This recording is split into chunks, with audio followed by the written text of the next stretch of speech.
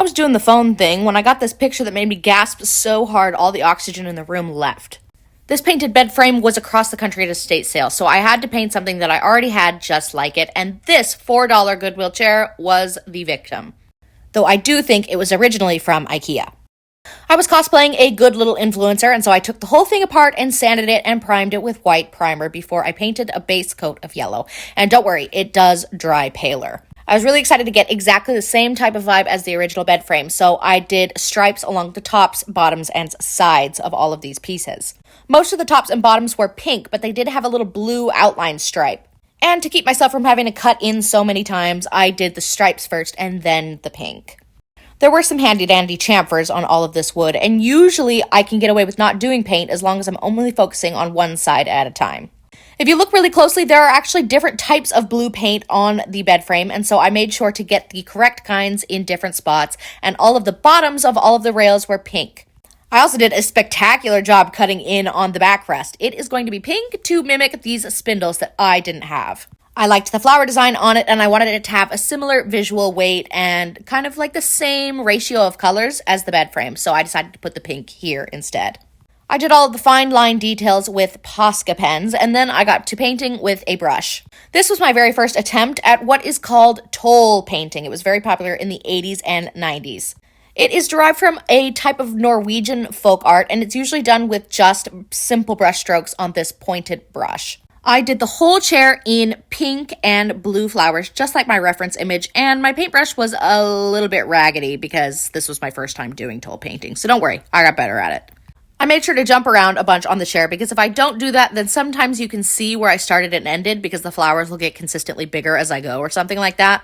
The blue flowers were added to match all of the trims, and then everywhere there were leaves, I used 3 main colors that were in a gradient.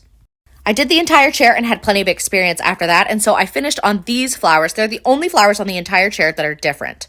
They are white and yellow, and they are made by rolling my brush around, and it kind of looks like popcorn a little bit.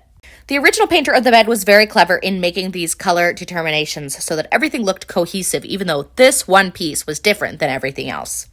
I definitely got better as I went, and by the end, my husband even said it was so beautiful that I should paint everything in the house, and so I think that is a win.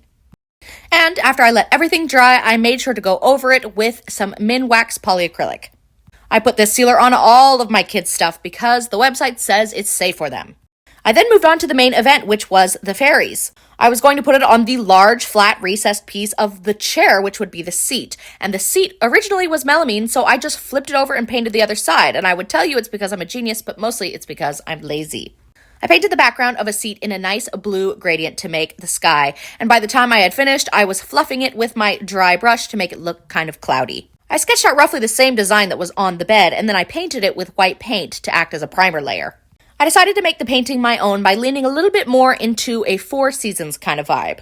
Like I said, I had never done toll painting before, though I had seen it in some of my friends' houses growing up, and so I studied the picture very carefully and put it on in layer by layer. It's amazing to me that almost all of this is incredibly brush stroke heavy, but the combination of each kind in each color of paint makes it look quite realistic by the end. I had branches coming from both directions, and I decided to do one as the cooler seasons and one as the warmer seasons. This was, of course, represented by green leaves everywhere, but dark, nice emerald green leaves on one side and some orange and brown on the other to represent fall. By this point in the toll painting, I had learned to use a square brush and that less is more in terms of paint strokes. For the summer piece of the trees, I added little peaches or some other such fruit, and they were orange and a dark burgundy. Even though I was representing all 4 seasons, I wanted to make sure that my color story was consistent, and so I used the same orange that I had used on the fall leaves. Even though I hadn't used any red anywhere on the painting so far, I did keep this red out and use it later on the fairies' dresses. For the winter aspect, I wanted to do some nice, very glossy holly winter berries.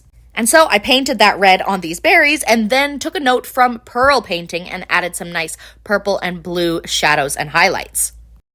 Usually for spring, I would do a nice white cherry blossom, but I wanted to make sure that the pink was consistent with the pink of the rest of the chair, and so I did make these a little bit more girly. On the original bed frame, there is a vine kind of swirling along underneath in the composition, and though it seems like it shouldn't fit, I thought it was very well placed, and so I added it back in. I also like the concept of 2 fairies, so I had one that is a spring fairy and one 6 months later that is a fall fairy.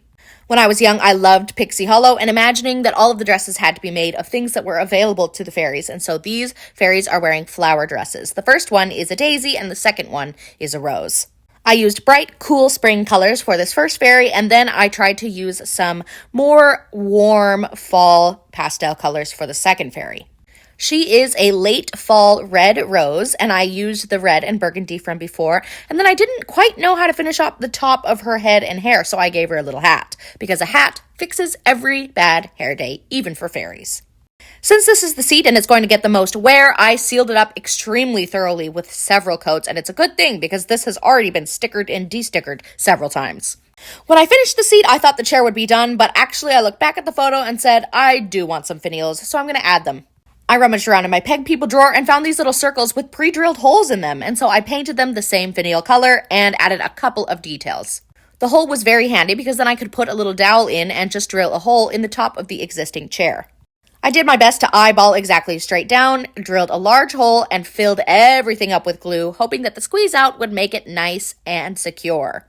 I slammed it in as hard as I could and cleaned up the glue spill out, and then I added a nice couple more layers of polyacrylic.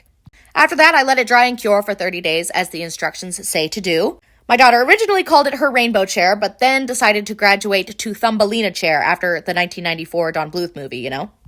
I love my Four Seasons fairy chair. I'm especially happy that I was able to incorporate this beautiful design into my home, considering I couldn't buy that bed frame and have it shipped across the country. It also introduced me to toll painting, which I've done several times since then on several more pieces of furniture for my little sweet toddler. These highly decorated, highly floral pieces are very anti-sad beige, and so I'm very excited to incorporate them into my child's childhood. And now I just need to be on the lookout for another piece of furniture that I can paint like another piece of furniture.